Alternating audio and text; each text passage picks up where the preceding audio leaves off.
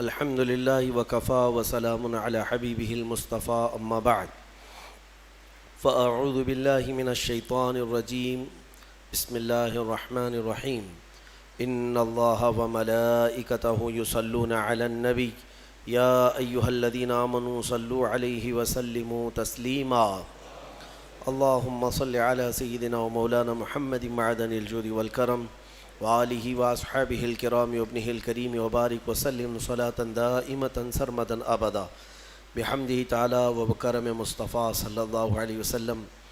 آج کی شب میں قرآن عظیم کے 18 پارے مکمل ہو چکے ہیں۔ اللہ عز و جل بقیہ قرآن عظیم کو تجوید کے ساتھ پڑھنے اور آپ سب کو سماعت کرنے کی توفیق عطا فرمائے۔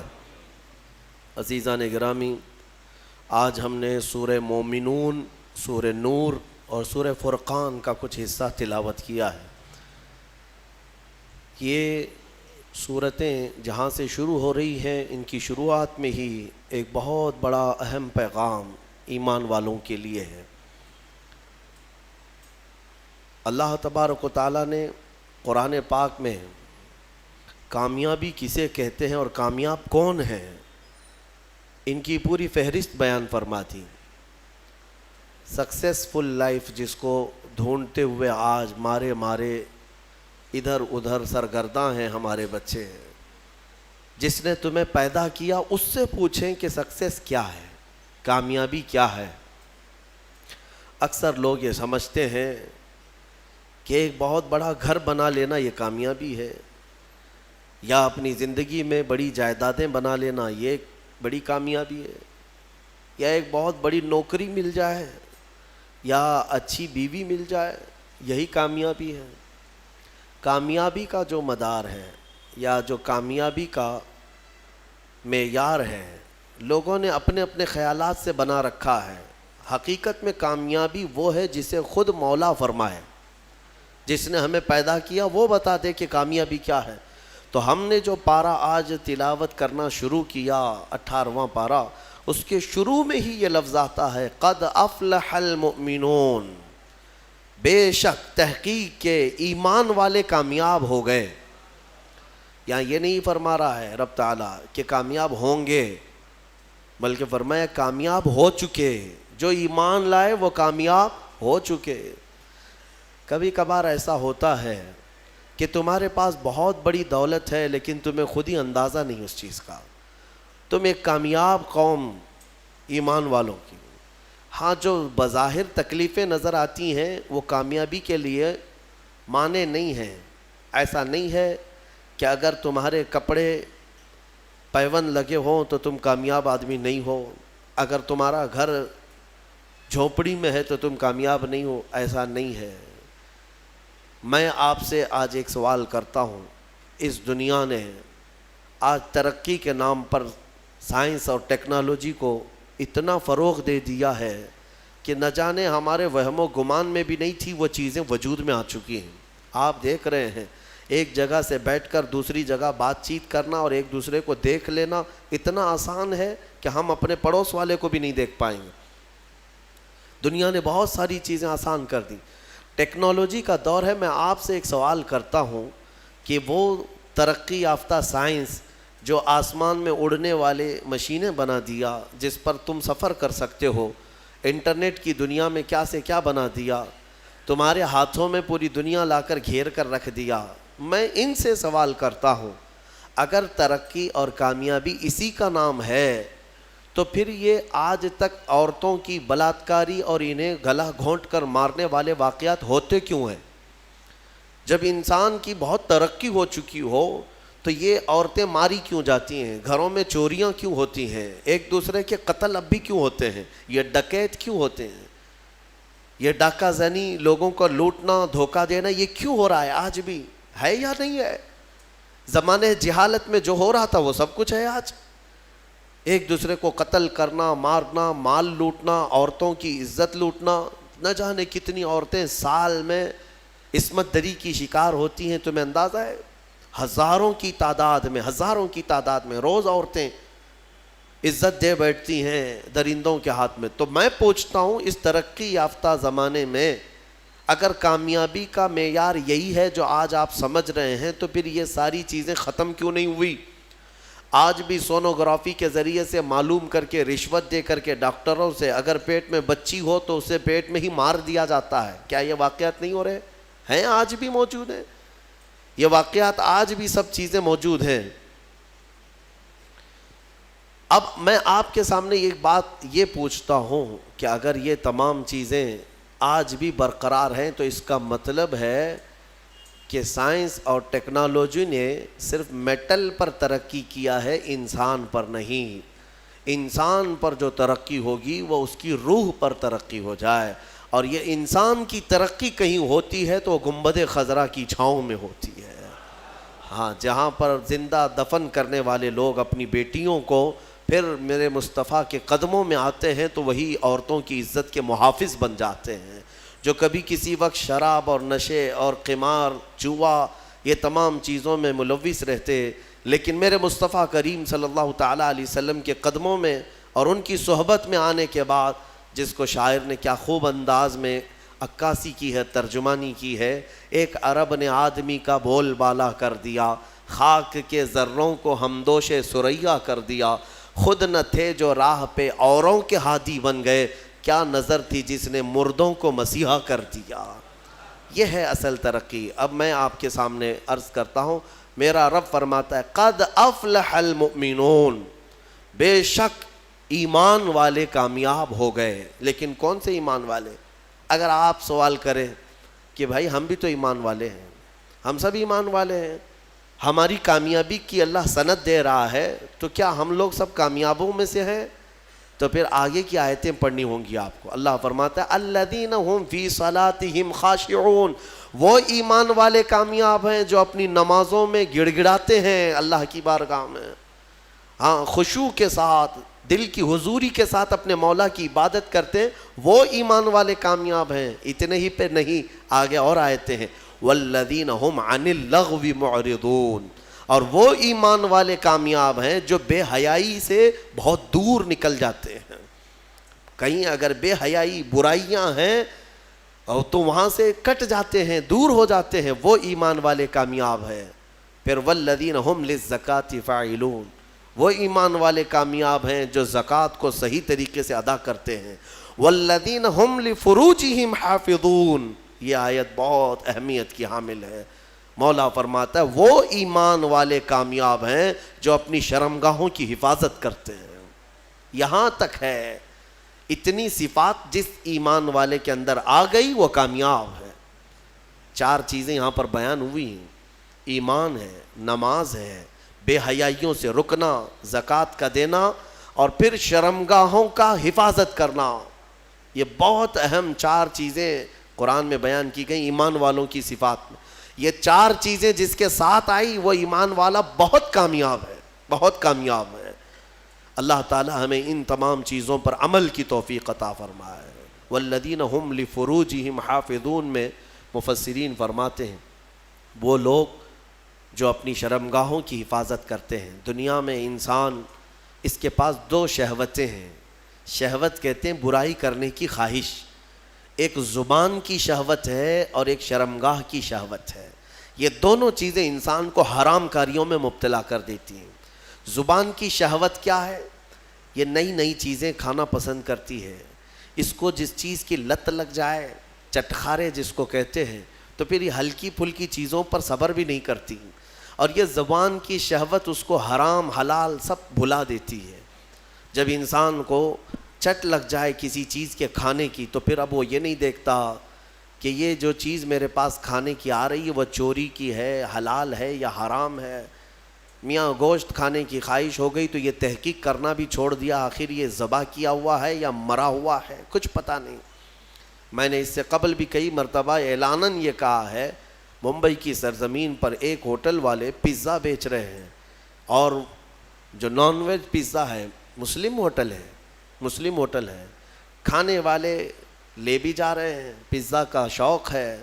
بعد میں پتہ چلا کہ ہوٹل کا مالک خنزیر کا گوشت بیچتا ہے، اس پیزے میں پورک ہے، پورک بیچا جاتا ہے۔ باضابطہ اس سے کسی نے فون کر کے پوچھا بھی کہ صاحب آپ تو مسلمان ہیں، آپ یہ سور کا گوشت کیسے بیچ رہے ہیں اس پیزا میں؟ اس نے کہا جسے کھانا ہے وہ کھائے، میں جو نہیں کھانے والے ان کو نہیں بیچ رہا ہوں، ہمارے پاس کھانے والے بہت سارے آتے ہیں، ان کے لیے میں بیچ رہا ہوں۔ نعوذ باللہ من ذالک، یہ زبان کی شہوت ہے۔ اسی لیے میرے عزیزو، آج جو پھیلی ہوئی ساری چیزیں جو مل جاتی ہیں، کتنے ایسے ہیں وہاں پر، ہم نے معلومات کیا، اپنے بچے بتاتے ہیں کہ بہت سارے جو چھوٹے موٹے نکڑ پہ ہوٹل چلانے والے جو چکن بیچتے ہیں، مری ہوئی مرغیوں کا بیچتے ہیں، اور باضابطہ کچھ ہوٹل والے یا جو نکڑ پہ چلانے والے لوگ ہیں وہ دوسروں کو یہ ٹک بھی دیتے ہیں کہ میاں اس طرح کا گوشت لاؤ، پروڑے گا، بہت آسان ہے، بہت سستے میں ہو جائے گا۔ مری ہوئی مرغی 20 روپے کلو مل جاتی ہے، 20 روپے کلو مل جاتی ہے۔ جو چکن بیچتے ہیں دکانوں والے، وہ خود بھی بتاتے ہیں ہمارے پاس باضابطہ یہ پوچھنے کے لیے آتے ہیں، مری ہوئی کچھ ہیں تمہارے پاس؟ میرے عزیزو، یہ تمام چیزیں ایسی ہیں کہ ہم احتیاط کریں، اور زبان کی شہوت ان سب حرام چیزوں میں لگا دیتی ہے۔ دوسری شہوت ہے شرمگاہ کی، یہ نہایت ہی خطرناک ہے، جو زنا تک لے جاتی ہے، اور یہ شرمگاہ کی شہوت انسان کو تباہ و برباد کرتی ہے۔ حدیث رسول ہے، میرے آقا صلی اللہ علیہ وسلم نے فرمایا، جو زنا کرتا ہے اس وقت اس کا ایمان اٹھا لیا جاتا ہے۔ ایمان کے ساتھ کوئی زنا کر ہی نہیں سکتا، ایمان کی حالت میں کوئی زنا میں مبتلا ہو ہی نہیں سکتا۔ جس وقت وہ زنا میں مبتلا ہو اس کا ایمان اٹھا لیا جاتا ہے۔ یہ اسلام میں سب سے سنگین جرم ہے، سب سے بھیانک گناہ ہے، بلکہ بعض حدیثوں میں ہے کہ جب کوئی اجنبی مرد اور اجنبی عورت جن کا کوئی اسلامی تعلق نہیں ہے، رشتہ نہیں ہے، وہ جب تنہا ہوتے ہیں اور خواہشات نفسانیہ ان کی ابھر آتی ہیں، شہوت باہر آتی ہے، تو اللہ کا عرش بھی ہلنے لگ جاتا ہے۔ یہ اتنا بڑا بھیانک گناہ ہے۔ اللہ تبارک و تعالی سخت ترین عذاب ان لوگوں کو دے گا جو زنا میں مبتلا ہیں۔ بلکہ ایک روایت یہ ملتی ہے، قیامت کے دن وہ لوگ آئیں گے جو زنا میں مبتلا تھے، اور انہیں ننگا لایا جائے گا، اور ان کی شرمگاہوں پر لوہے کے سلاخوں سے فرشتے آگ تپا کر کے داغ رہے ہوں گے ان کی شرمگاہوں کو، وہ عورتیں ہوں یا مرد ہوں، ان کو تپایا جا رہا ہوگا، اور اس کی بدبو اس قدر سخت ہوگی کہ پورے اہل محشر ان سے پریشان ہو چکے ہوں گے۔ ان کے شرمگاہوں سے بدبو بہت تیز نکلے گی۔ یہ وہ لوگ ہوں گے جن کو بھرے محشر میں بتایا جائے گا کہ یہ لوگ اپنی شرمگاہوں کی حفاظت نہیں کرتے تھے، یہ زنا جیسے گناہ میں مبتلا تھے۔ میرے عزیزو، قرآن کیا کہتا ہے؟ وَلَا تَقْرَبُوا الزِّنَا، تم زنا تو دور کی بات ہے، اس سے قریب تک بھی مت جاؤ، قریب تک بھی مت جاؤ۔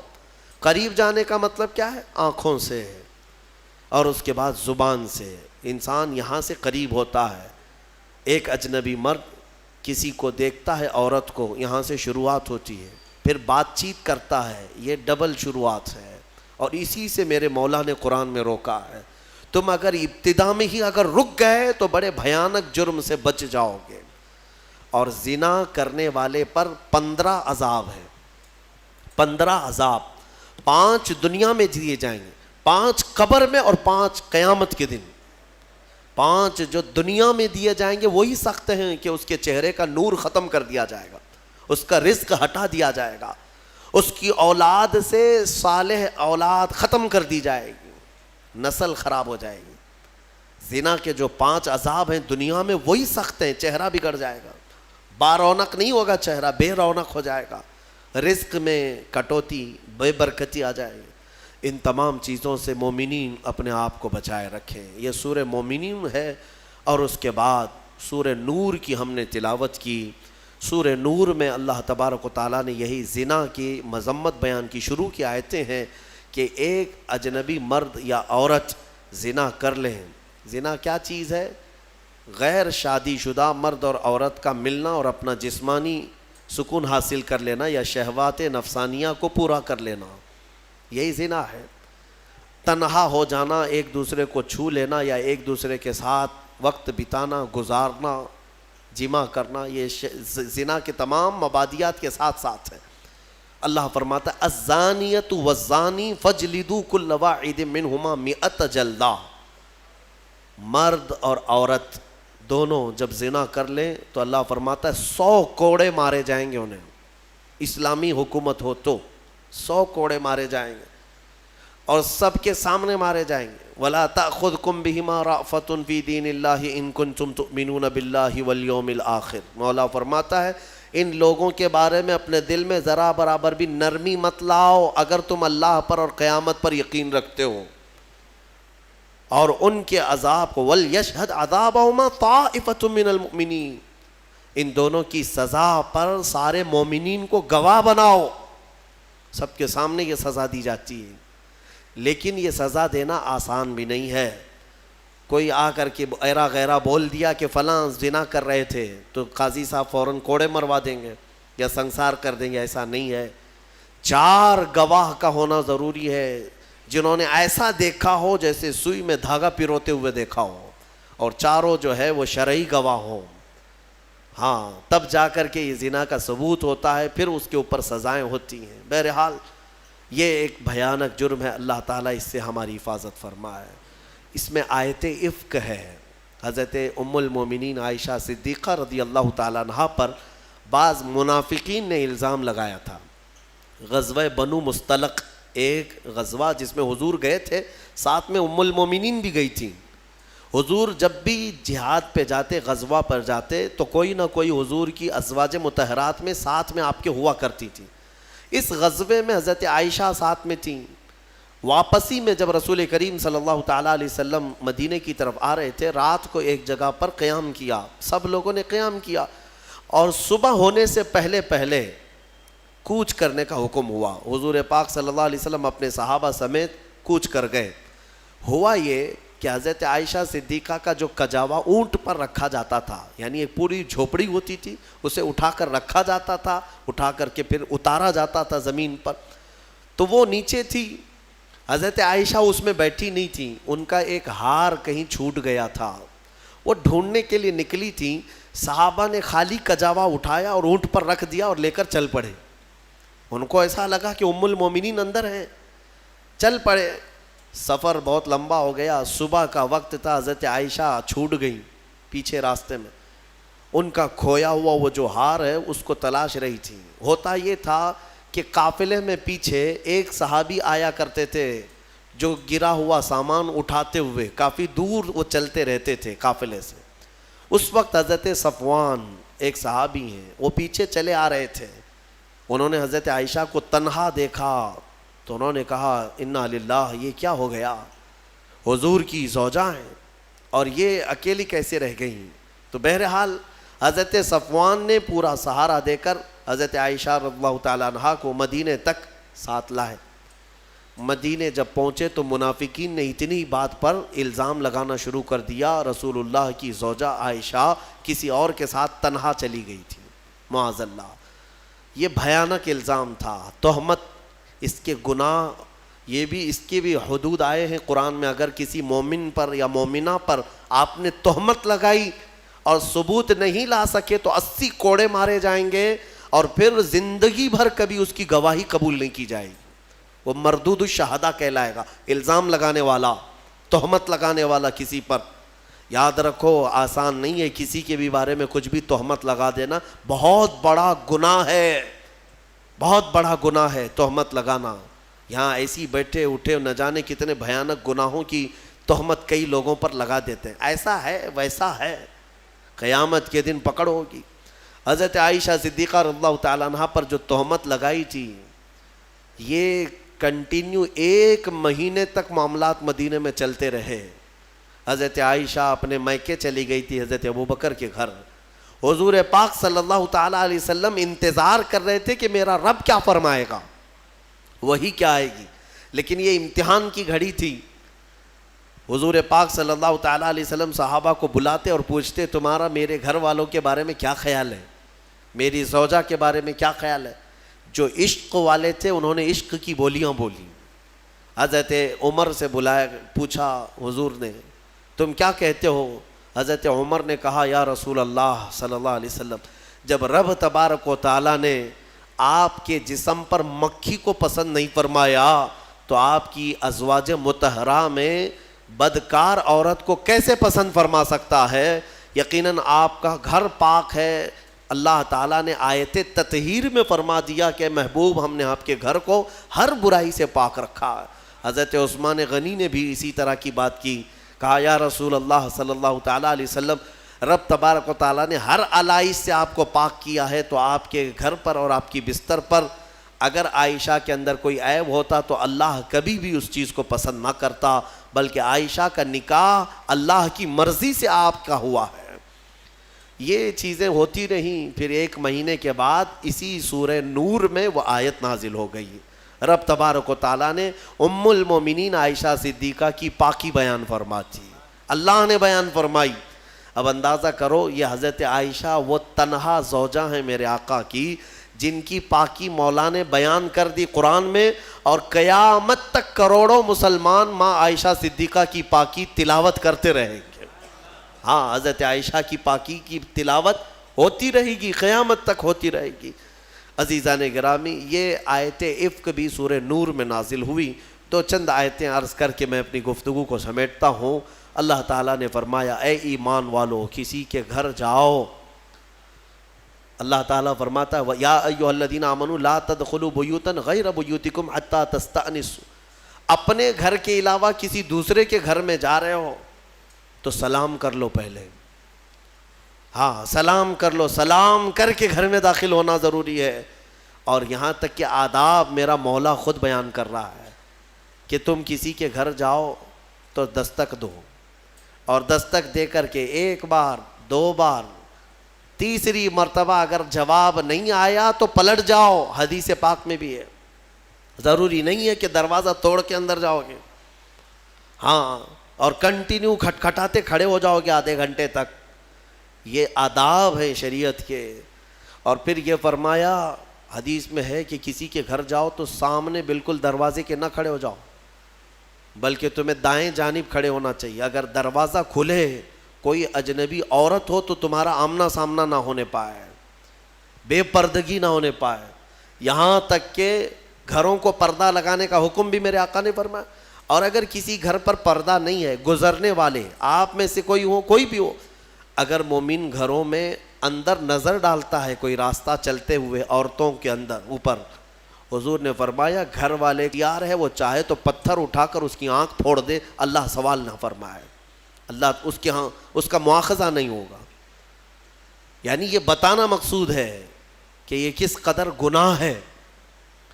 گھروں کے اندر نگاہیں ڈالنا، آنکھیں ڈالنا بہت بڑا گناہ ہے۔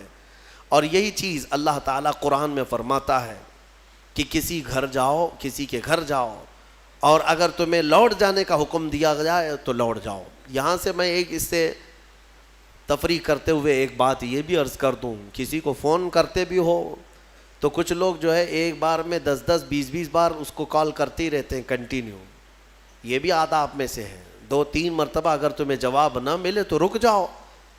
تمہیں یہ تو پتہ نہیں کہ وہ کس حالت میں ہے، نماز پڑھ رہا ہے، کھانا کھا رہا ہے، واش روم میں ہے، بیت الخلاء میں ہے، تم کو تو ایسا لگتا ہے کہ ہمیشہ تمہارے وہ سیوا کے لیے بیٹھا ہی ہے، اٹھا ہی لینا چاہیے۔